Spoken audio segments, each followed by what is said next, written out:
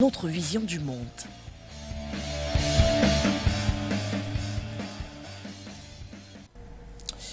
À moins de 24 heures de l'ouverture du dialogue national au Tchad, plusieurs fois reporté, Timan Erdibi et Mamad Nouri, deux importants chefs rebelles tchadiens en exil depuis plusieurs années, après avoir tenté de renverser l'ancien président Idriss Déby, nous sont donc rentrés. C'était hier jeudi 18 août 2022 en N'Djamena.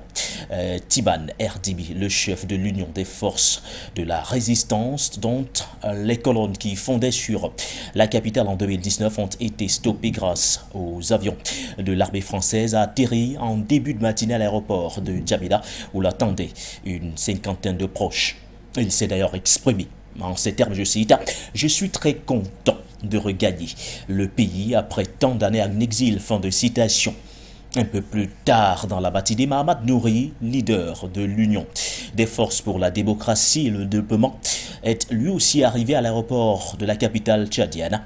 Nouri, ancien ministre de la Défense d'Idriss Déby, avant de faire défection, avait également été mis en examen en France pour crimes contre l'humanité, pour le recrutement présumé d'enfants soldats au Tchad et au Soudan. Incarcéré à Paris en 2019, il est remis en liberté en 2020 pour raison médicale.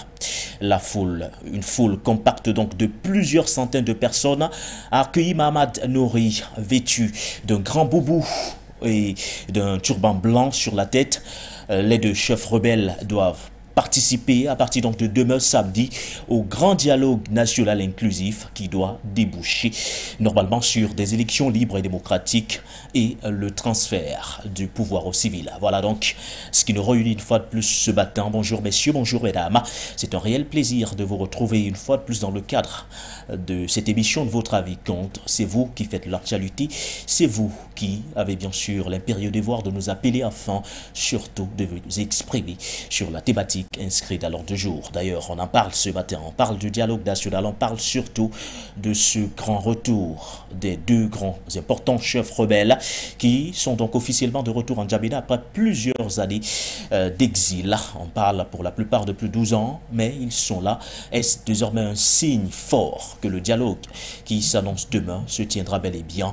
En tout cas, pour l'heure, rien n'a encore bien plus précis sur la question. C'est d'ailleurs ce que nous allons essayer de comprendre tout au long de cette émission de Votre avis compte. On ira bien sûr du côté de la réalisation parce que les codes d'accès seront juste affichés au bas de votre petit écran. Vous aurez donc la possibilité de réagir, mais bien avant, il faudrait bien sûr qu'on vous plante le décor et c'est dans cet élément qu'on vous propose un élément qui a été réalisé par Noah. Il nous fait comprendre donc que ce dialogue-là décidément serait incertain au regard de ces manifestations qui sont annoncées notamment de la part de l'opposition qui voudrait bien sûr barrer la voie à ce grand dialogue national inclusif.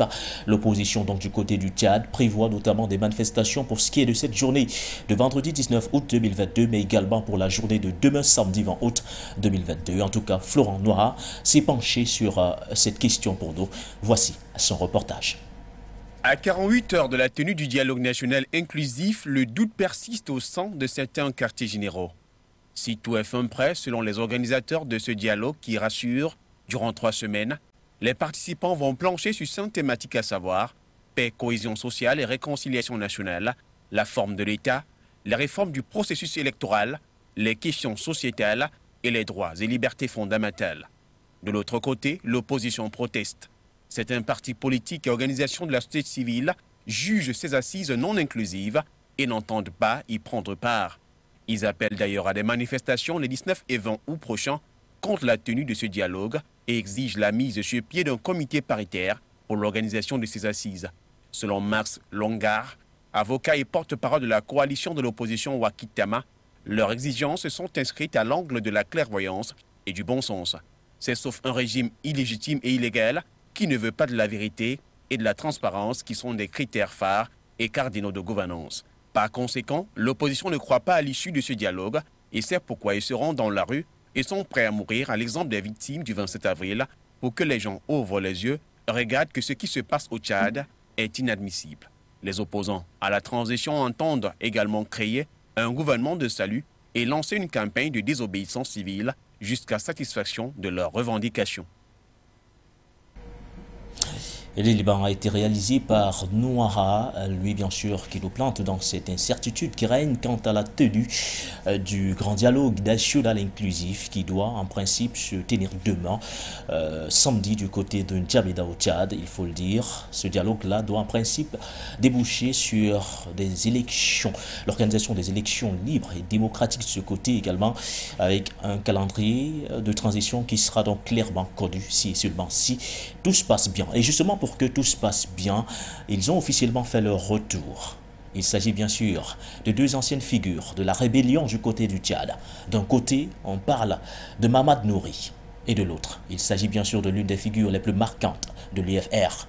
Il s'agit bien sûr de Timan Erdibi. Timan Erdibi, il est arrivé donc hier via l'aéroport international de N'Djamena.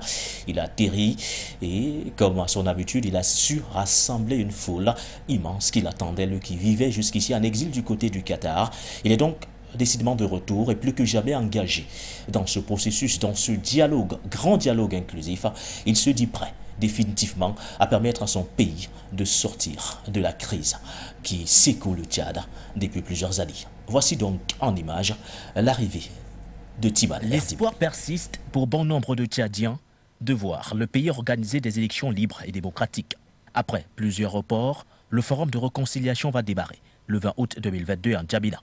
Premier signe concret de cette marche vers le dialogue, Timan Erdibi, chef rebelle de l'UFR, l'Union des forces de la résistance qui est rentrée ce jeudi 18 août 2022 en N'Djamena.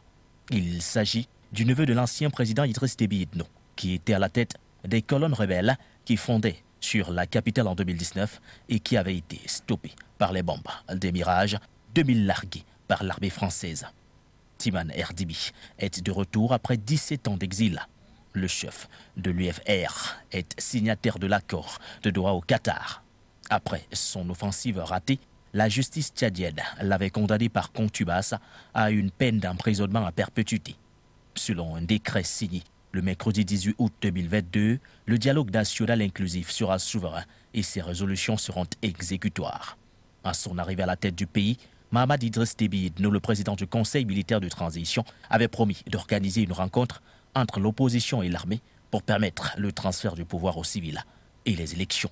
Le dialogue qui s'ouvrira samedi doit déboucher sur des élections libres et démocratiques, ont promis les autorités tchadiennes. Une quarantaine de groupes rebelles, dont certains ont mêlé des offensives jusqu'à porte du palais présidentiel, participeront également à l'événement après avoir signé le 8 août 2022, au terme de 5 mois de négociations parfois houleuses, un accord de paix avec les militaires à Doha. Voilà donc pour ce qui est de ce retour en fanfare de ces anciens chefs rebelles du côté du Tchad. On parle d'un côté bien sûr de Timan Erdibi et de l'autre on parle de Mahamat, bien sûr Nouri, qui sont donc ces deux-là qui sont donc officiellement de retour au Tchad en vue de ce grand dialogue national et inclusif qui sera donc organisé demain de ce côté, en espérant bien sûr qu'il se déroulera dans de très très bonnes conditions. Les prémices avaient été données d'ailleurs le 10 août dernier du côté de Doha avec la signature des accords de paix, bien que toutes les parties ne se soient pas invitées sur la table des discussions, mais néanmoins on a pu se satisfaire de l'engouement qu'il y a eu autour bien sûr de ces accords de paix là. Aujourd'hui, l'élan il est clairement porté par le gouvernement de transition actuellement en place du côté du Tchad. La volonté est donc là, tous les ingrédients sont pratiquement réunis aujourd'hui pour que tout se passe désormais très bien du côté du Tchad. Alors, il faut le dire, les deux chefs rebelles, on parle bien sûr de Timan Erdibi et bien sûr de Mahamat Nouri. Ces deux anciens rebelles avaient participé à l'offensive de 2008 qui est arrivée aux portes du palais présidentiel avant finalement d'être repoussée, notamment grâce à l'appui de la France. En 2019 déjà, après une autre offensive ratée, la justice tchadienne avait condamné Timan Erdibi par contumace à une peine d'emprisonnement à perpétuité. En novembre 2021, le pouvoir de transition en place au Tchad avait décrété une amnistie générale pour les rebelles et opposants, affirmant vouloir faire table rase des vestiges hérités de la période sombre du Tchad. RDB est donc un cousin, rappelons-le, de Mahamad Idriss Déby, le nouvel homme fort du Tchad, qui a pris le pouvoir à la suite donc de son père Idriss Déby à la tête du conseil militaire de transition. Mahamad Idriss Déby s'est donc arrogé pratiquement tous les pouvoirs aujourd'hui après avoir dissous le gouvernement et suspendu la constitution. Il a promis le retour du pouvoir aux civils à l'issue donc d'une période de transition de 18 mois. C'est d'ailleurs ce que forcément nous observerons de très près demain. Est-ce que ces promesses seront tenues de la part bien sûr du président de la transition actuelle? Quel sera le calendrier de transition qui sera adopté? De nouvelles résolutions seront-elles prises à l'issue de ce grand dialogue national inclusif? Bref, les enjeux sont là, ils sont clairs. Il s'agit forcément d'un passage historique, d'une date historique pour le peuple tchadien qui attend plus que jamais la tenue de ce dialogue, ce grand dialogue national inclusif. Peut-être le premier appelant de cette matinée, il s'agit bien sûr d'Alaï Kouriba. Il nous appelle depuis la capitale malienne Bamako. Il est avec nous, me fait d'ailleurs savoir la réalisation ce matin. Peut-être qu'on l'aura effectivement en ligne. Bonjour Alaï. Bonjour Forum Média, bonjour chers panafricains, bonjour tout le monde, africains de l'intérieur et de l'extérieur, je vous salue. Et merci, moi c'est Alain Kouriba, j'appelle depuis Bamako, la capitale malienne. Et une fois de plus, je remercie Forum Média pour son combat panafricain pour la libération de l'Afrique tout entière. Les thématiques sur le Tchad, le dialogue national inclusif et l'arrivée des chefs rebelles à la maison. D'abord, ce qu'il faut reconnaître. Le Tchad, depuis les premières heures de l'indépendance, la France en a fait du Tchad une base avancée de la France. Et tout ce qui se passe sur le territoire tchadien est contrôlé par la France. Ça, il faut noter cela. Ensuite, que ce soit les pouvoirs en place, que ce soit les groupes rebelles, que ce soit l'opposition, sont contrôlés par la France et l'armée française sur le territoire tchadien. Ensuite, ce qu'il faut noter aussi, que tous ces groupes rebelles sont financés directement ou indirectement par la France pour pouvoir garder la même mise sur le Tchad, sur le pouvoir tchadien. Donc quand la France essaye de pousser les pions quand il faut et comme il faut. Et raison pour laquelle les gens ne comprennent pas trop ce qui se passe au Tchad. D'abord, intéressons-nous au retour des deux grands chefs rebelles. D'abord, en 2008, les grands chefs rebelles qui avaient poussé l'offensive vers N'Djamena, il était même à la porte de N'Djamena, et que Idriss Déby a sollicité rapidement l'appui et l'accompagnement de la France. Mais c'était très normal quand Idriss Déby avait voulu jouer au Malin, donc la France a poussé ces gens-là venir capturer Idriss Déby, et à la dernière minute, il a résisté, il a décidé de changer de veste et rouler avec la France, raison pour laquelle il a été sauvé en 2008 et ensuite en 2018, quand ces gens-là ont commencé l'offensive depuis les pays voisins pour venir dans la capitale, et cette fois-ci encore c'est la France qui a stoppé l'offensive des groupes rebelles. Donc ce qu'il faut reconnaître sur les retours probables, les retours de ces deux chefs rebelles, et que qui est en place. D'abord, le pouvoir de la transition du Tchad a été mis en place par la France. Ensuite, les chefs rebelles qui sont de retour sont aussi des alliés sûrs de la France. Donc, la France est en train de jouer avec le peuple tchadien. C'est cela qu'il faut reconnaître. Il faut que le peuple tchadien sache que les accords sont souvent bons, la paix est bonne, mais il faut mériter la paix. Il faut mériter la paix. Et Et avec ce dialogue, si il espère trouver la paix, là, je ne dirais pas le contraire, mais avec ce dialogue, c'est encore la France qui va gagner. Ce serait la victoire de la France parce que tous les parties prenantes de ce dialogue inclusif sont tous françaises. Et c'est la France qui va gagner sur les Tchad. Il faut que ça donne sens. Il faut que les Tchadiens se donnent la main et se disent la vérité lors de ce dialogue inclusif. Il faut que le peuple tchadien crasse ses vérités à ces gens qui sont soutenus par la France, qui sont utilisés par la France et qui sont en train de faire du mal au peuple tchadien. Et je profite de cette occasion pour inviter tous les Africains à plus de vigilance. Il ne faut pas laisser la France créer la pagaille et lui inviter à venir jouer aux pompiers. Il est vraiment trop tard pour ces genres de choses. Il est vraiment temps pour nous les Africains de prendre conscience de ce qui nous attend. L'avenir nous appartient et c'est à nous de faire des bonnes décisions. Merci. L'avenir appartient donc aux Africains en général, mais aux Tchadiens en particulier. C'est à eux de faire le choix.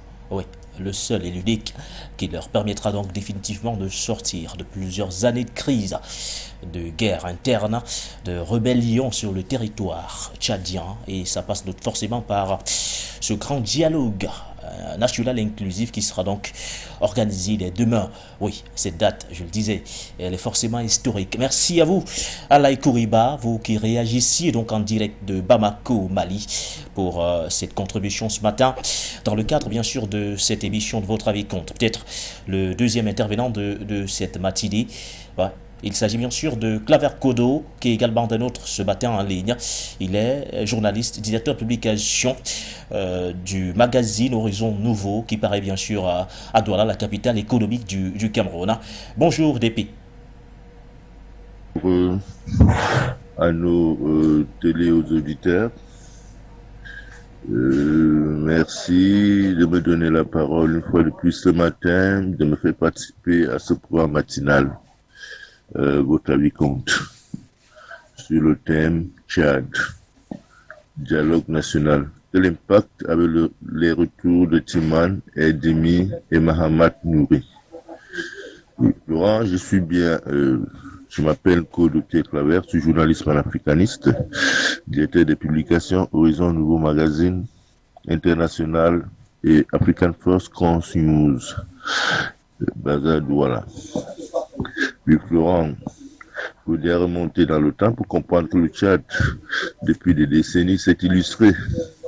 C'est toujours illustré par le désordre, le chaos, les coups d'État. C'est d'ailleurs l'un des pays africains ou alors du monde où l'on enregistre le plus grand nombre de coups d'État où l'accession au pouvoir est systématiquement, depuis très très longtemps, conséquente à un coup d'État.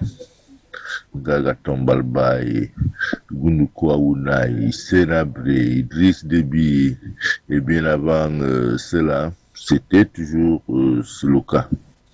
Donc c'est un pays qui a une tradition de coup d'État et dans une tradition où la force prédomine. Ces deux chefs rebelles qui sont de retour, c'est à la suite du dialogue qui a eu lieu du côté du Qatar à Dubaï. C'est de toute façon l'une des conséquences directes de ce dialogue qui a eu la participation de plusieurs groupes rebelles, dont ceux de Timan et Erdimi et l'autre de Mahamat Nouri. Vous savez, Mahamat Nouri est un cousin direct de l'autre Mahamat qui est au pouvoir. Donc, ce qui nous permet de dire que le coup d'État ou alors le coup de feu est une tradition bien tchadienne. Maintenant, l'impact de leur retour est tout simplement à capitaliser en faveur de de la consolidation de la démocratie ou alors du retour de la paix du côté du Tchad. Ce qui n'est pas acquis d'office. Quand on sait que de ce côté-là, les gens on considère les coups d'État comme le seul moyen de prendre le pouvoir. Les deux, ce sont des acteurs majeurs. Lorsqu'on connaît les opérations qu'ils ont menées dans le passé contre le président Idriss Déby, c'est d'ailleurs au cours de l'une de ces opérations que le maréchal a perdu sa vie puisqu'il était monté lui-même au front. Et c'est au front qu'il a été assassiné par, certainement, peut-être pas forcément par un rebelle, mais par quelqu'un qui avait de la sympathie pour la rébellion. Le retour à N'Djamena, surtout dans la perspective du grand dialogue national qui se tient dans 24 heures, qui s'ouvre dans 24 heures, peut donc paraître un signe d'apaisement au sein de la classe politique tchadienne et une invite pour tous les autres groupes rebelles de ce côté-là pour enfin s'asseoir autour d'une table pour penser l'avenir du Tchad autrement, c'est-à-dire sans armes. Il importe quand même de rappeler que la curiosité dans le jeu politique tchadien, c'est la facilité avec laquelle les rébellions se construisent, se montent et se détruisent. Parce que c'est déjà un pays où règne la pauvreté. Donc, on peut dire qu'il est possible de recruter n'importe qui au Tchad pour un mouvement rebelle, mais il n'est pas pensable que ceux qui sont recrutés soient à mesure de s'offrir 3 repas par jour. Et le paradoxe est donc, il faut donc aller chercher qui, en réalité, est derrière les rébellions qui essaiment facilement, qui naissent facilement de ce côté-là. Et moi, je pense que c'est des gens, des lobbies qui ont beaucoup d'argent, qui sont donc derrière ces rébellions. Et la plupart de ces rébellions sont donc financées de l'extérieur.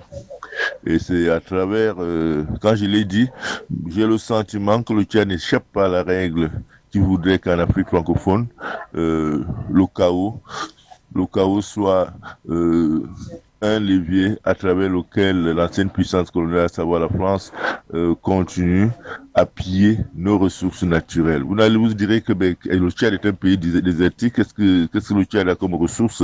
Ça, c'est mal connaître la géographie du Tchad. Le Tchad, justement, fait l'objet de toutes ces convoitises de la France parce qu'il n'est pas aussi pauvre que l'on le présente.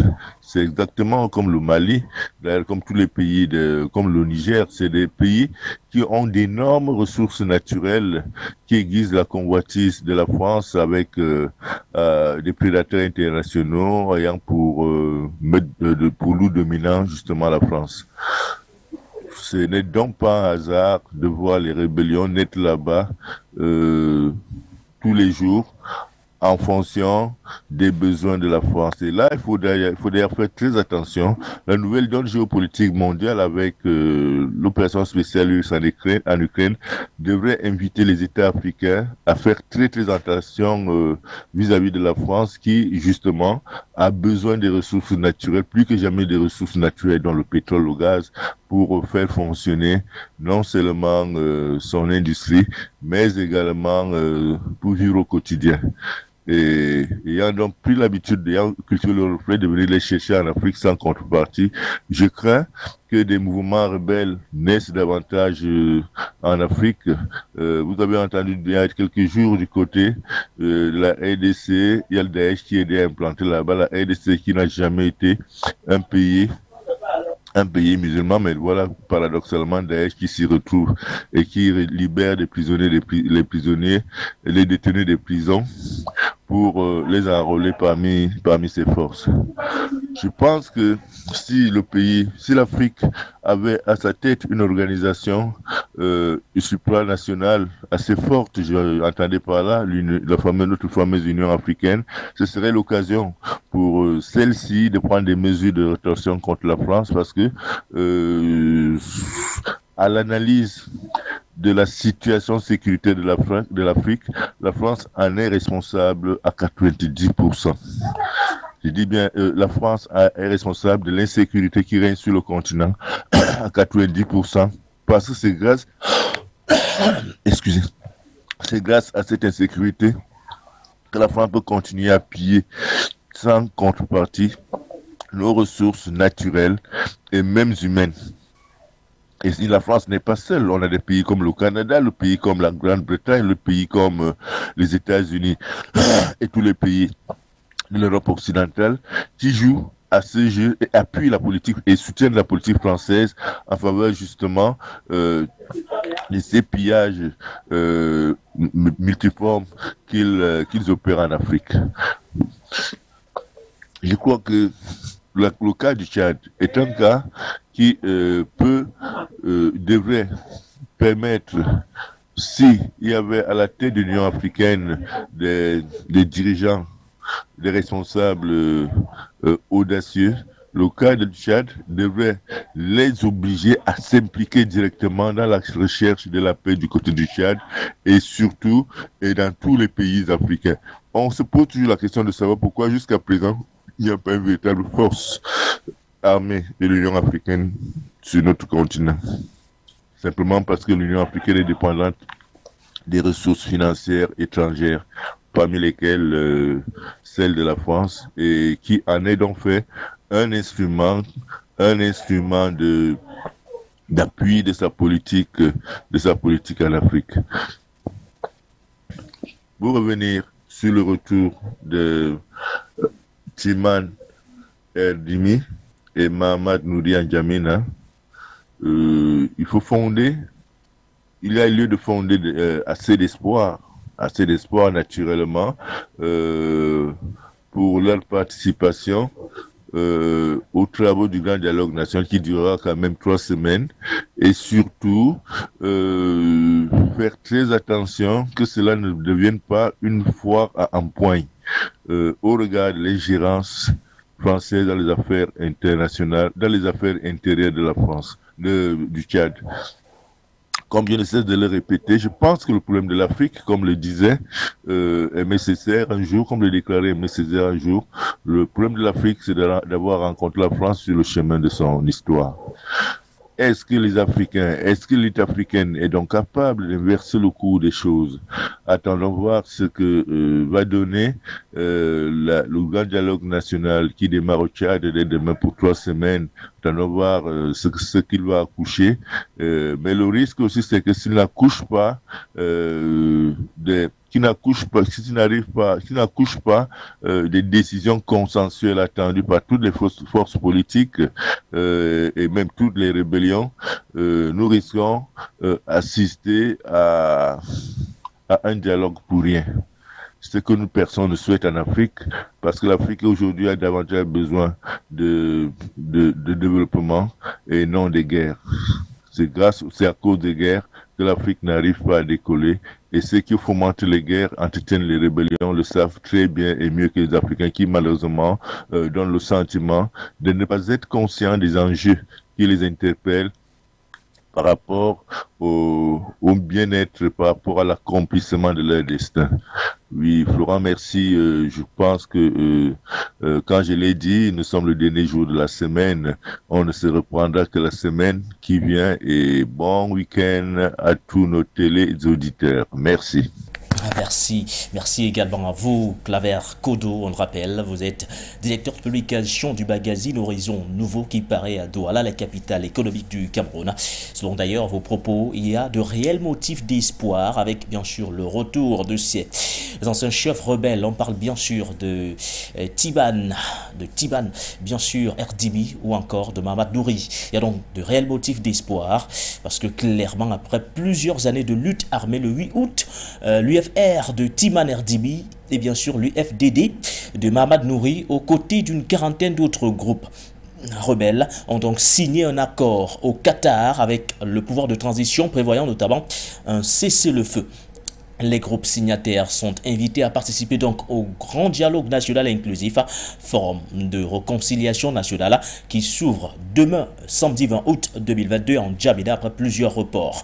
Quelques 1400 délégués, membres de syndicats, de partis politiques et du Conseil militaire de transition se réuniront donc pendant 3 semaines pour discuter de la réforme des institutions et d'une nouvelle constitution qui sera ensuite soumise à un référendum. Mais deux des principaux groupes rebelles ainsi qu'une plateforme de partis politiques et de société civile ont refusé de participer au grand dialogue national, considérant ce dernier comme étant biaisé. L'UFR, avec plusieurs centaines d'hommes, est donc basé dans le sud de la Libye et dans le nord du Tchad. L'UFDD, basé en Libye, est donc sorti très affaibli du départ de Mahamat Mahdi Aldi, parti fondé en 2016, le Front pour l'alternance et la concorde du Tchad, groupe rebelle à l'origine de l'offensive qui a coûté la vie à l'ancien président Idriss Déby. Voilà donc ce qu'on peut dire concernant bien sûr ce grand dialogue qui est attendu demain. Mais peut-être avant de se quitter, une dernière réaction parce qu'il nous fait signe depuis Cotonou au Bénin. Suleiman Hamzat est également des nôtres ce matin. Bonjour mon cher.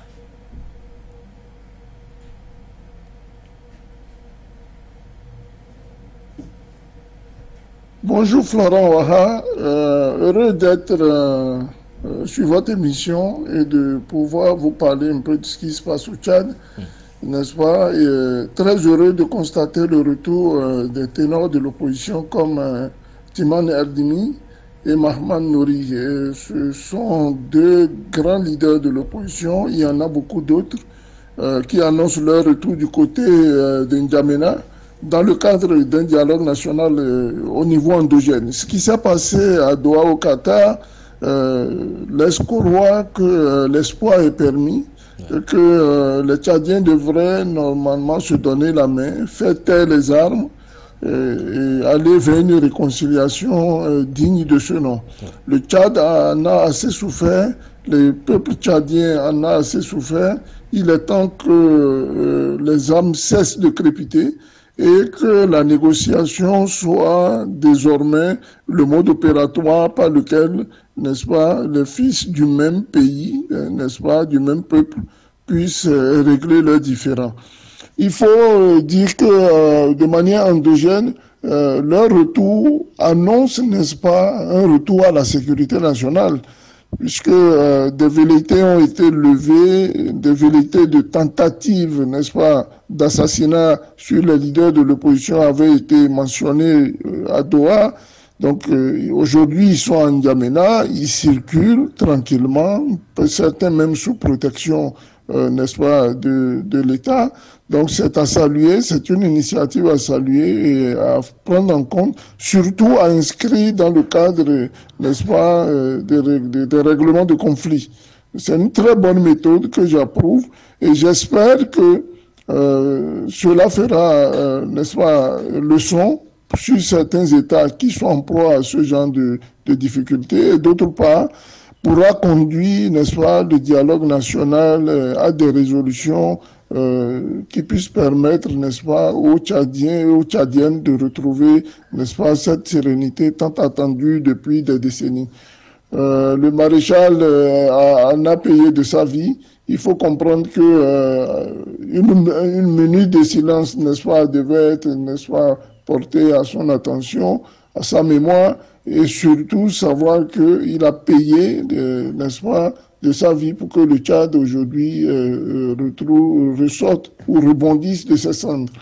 C'était Suleiman Hamzat, consultant problématique du terrorisme, spécialiste des questions de protection et de sécurité pour For You Media depuis Cotonou. Merci à vous Suleiman Hamzat pour cette brillante intervention. Il est donc clair qu'il y a des motifs également d'espoir. Il faut rester optimiste. Il faut surtout se montrer ouvert, en dépit bien sûr de quelques réticences actuellement observées, notamment par le mouvement Wakitaba ou encore de certaines factions rebelles qui, le 10 août dernier, avaient déjà refusé de signer l'accord de paix. Il faut clairement le dire, les nouvelles sont plutôt rassurantes et montrent tout simplement qu'il faudra rester optimiste. À d'autres niveaux, on va suivre ce dossier tchadien de très près. Demain, on sera abonné, on sera en direct de Djabena, bien sûr, pour vous faire vivre